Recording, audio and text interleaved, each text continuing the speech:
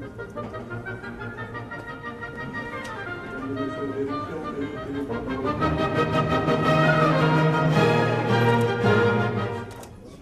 conseil d'administration n'a pas de fonction opérationnelle et donc nous ne sommes pas là, nous, pour identifier des projets ou pour prendre des décisions immédiates. Nous sommes là pour comprendre un contexte, pour écouter les gouvernements, pour écouter les populations, les organisations de la société civile, des indications concernant tel ou tel autre projet, telle ou telle autre politique.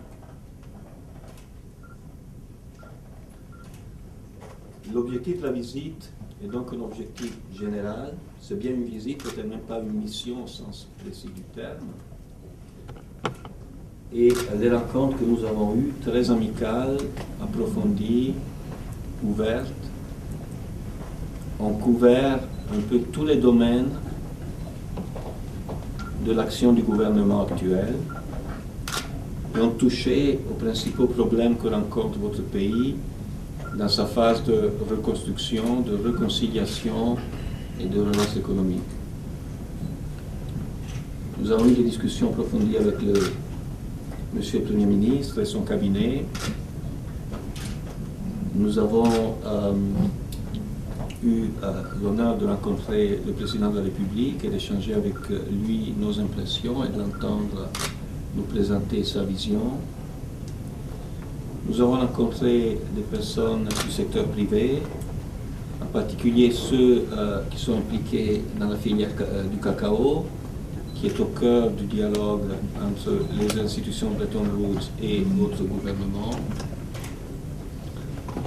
Nous avons rencontré des représentants de la société civile, surtout un groupe engagé dans les activités de réconciliation, après avoir rencontré la commission officielle de réconciliation dans un accord qui pour nous a été particulièrement significatif.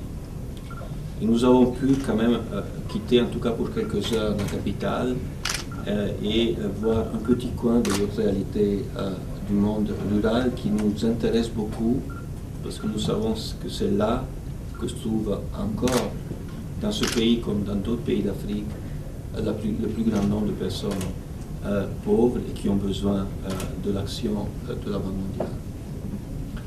Donc voilà ce que nous avons fait.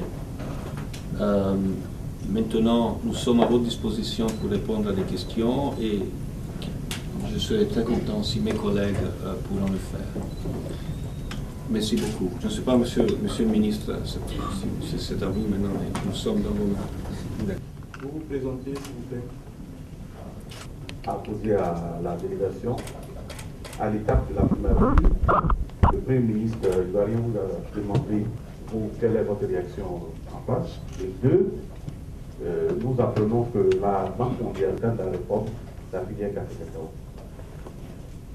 Que la délégation de la Banque mondiale, je souhaiterais que la délégation de la Banque mondiale identifie réellement les secteurs d'activité qui ont été évalués et que cette délégation puisse nous dire, parmi ces secteurs qui ont été évalués, quels sont les secteurs qui leur ont donné satisfaction et quels sont ceux qui n'ont pas donné de satisfaction et quelles sont les informations que la délégation pourrait. Que la Côte d'Ivoire est en mesure d'atteindre dans le premier trimestre de cette année le point d'achèvement concernant l'initiative de rendre ce secteur plus transparent et plus Nous avons rencontré des opérateurs de la filière cacao et la responsable de la réforme.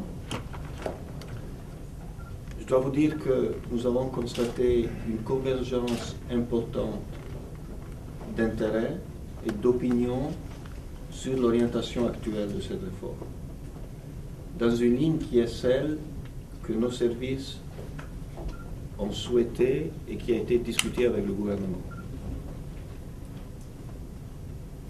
Il y a des aspects de la réforme qui ne sont pas encore finalisés, qui sont sur le point de l'être, ce qui va, après leur appréciation, induire une discussion effectivement sur le moment à partir duquel votre pays devrait pouvoir bénéficier du désendettement multilatéral.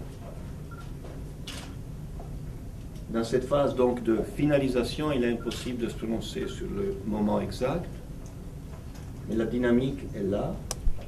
Et franchement, nous n'avons, pour répondre à une première question, nous n'avons, nous, constaté aucune différence significative, ou même minime, entre ce que nous avons entendu du côté ivoirien et ce que nos services nous avaient dit. Des dernières années, notamment toutes les réalisations. Je suis aussi impressionnée pour le futur de la Côte d'Ivoire. Donner plus d'importance à la dimension genre de la Côte d'Ivoire. Merci. Dans quelle mesure la banque peut être flexible pour répondre aux besoins de celles d'assister le gouvernement dans ce processus. Donc c'est la réforme du gouvernement et donc la banque a appuyé et nous n'avons pas effectivement aucun point de divergence. Donc je ne sais pas si cette information est avec vous que la banque n'est pas satisfaite, elle n'est pas vraie. Donc la Banque mondiale est complètement satisfaite et nous pensons que la réforme est dans la bonne voie. Nous avons eu des réunions pas seulement avec le gouvernement, les ministres de l'Agriculture, mais aussi avec le secteur privé. Et il y a un consensus qu'effectivement, il faut commencer et on a bien commencé. Donc, concernant, si nous avons identifié les secteurs qui sont satisfaisants ou non, comme Frédéric a dit, ça, c'est pas une mission, effectivement, d'évaluation, ça, c'est une mission des administrateurs pour mieux connaître la réalité de la Côte d'Ivoire. Donc, je crois qu'à la fin de cette mission, les administrateurs auront un aperçu de la situation de la Côte d'Ivoire plus approfondi et donc nous ne ferons rien. On va attendre à que les services de la banque et le gouvernement se mettent d'accord et nous soumettent des dossiers. Quand ces dossiers nous seront soumis, je crois que nous sommes en mesure, plus que jamais, de répondre et de prendre une décision sur ces dossiers. Je ne vous cache pas qu'il y a des dossiers que nous attendons tous, que les services de la banque et du gouvernement nous amènent sur la table, c'est le point d'achèvement. Notre appréciation est aussi que bientôt, ça serait prêt. Donc vous avez voulu, vous avez posé la question de façon très précise, est-ce qu'avant juin 1, nous comptons que oui, et nous espérons, nous encourageons le gouvernement et les services de la banque de préparer le dossier, de soumettre avant juin. Concernant le point de vue, la demande du Premier ministre que la banque, la Côte d'Ivoire a besoin d'un support massif, dans nos rencontres avec le gouvernement, nous avons constaté qu'effectivement la Côte d'Ivoire a besoin de ce soutien massif. Nous avons des limites et la banque ferait tout ce qu'elle peut pour donner le massif dans les limites effectivement de notre capacité. Et ce besoin d'appui massif ne se limite pas simplement à la vision et à la volonté que nous avons de soutenir la Côte d'Ivoire, mais aussi par la compréhension de la réalité que la Côte d'Ivoire est une pièce clé dans le développement de la sous-région. Donc, j'aimerais apporter cette précision que nous sommes très contents. C'est une visite d'études. Nous avons appris, mes collègues nous ont confié, ils ont appris beaucoup. Donc, nous sommes en mesure, effectivement, plus que jamais, de répondre aux besoins de la Côte d'Ivoire. Pour l'ensemble de l'Afrique, et par exemple l'agriculture africaine, les ressources nécessaires pour accroître la production alimentaire et agroalimentaire ne viendront pas du secteur public uniquement. Il y a un grand besoin de mobiliser le secteur privé. Et je crois que parmi les aspects les plus encourageants que nous avons vus, c'est une reprise d'activité du secteur privé dans ce pays. Je crois que la tâche principale de la banque, ici comme ailleurs, au-delà surtout des périodes de crise où c'est le public qui doit investir, c'est de promouvoir l'activité du secteur privé de toute taille, les petits comme les grands, les nationaux comme les multinationaux.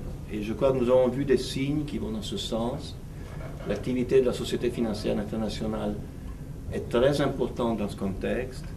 Ce que nous avons vu dans ce domaine aussi nous a convaincus et nous espérons que des investisseurs sont prêts à prendre des risques en Côte d'Ivoire et que le gouvernement, avec la collaboration de la banque, créera les conditions pour les rassurer d'une gouvernance suffisamment stable et transparente qui leur permette d'opérer et de créer des emplois, surtout pour la jeunesse.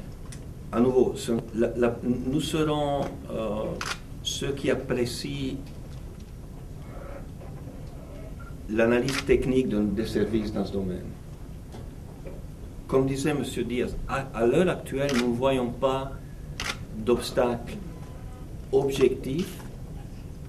Les uniques difficultés pourraient être dans la mise en œuvre de ce qui a été déjà accordé et dans l'appréciation de cette mise en œuvre. Donc il s'agit vraiment d'une responsabilité de mise en œuvre. Il n'y a franchement pas de différence de politique à l'heure actuelle que nous ayons constatée. C'est pour ça que vous connaissez la réforme du gouvernement, sa mise en œuvre devrait conduire le pays au point de désendettement. Le mois dépend de la finalisation et du processus interne pour produire les documents, les soumettre. Mais franchement, nous attendons à voir bientôt sur nos tables la proposition de service.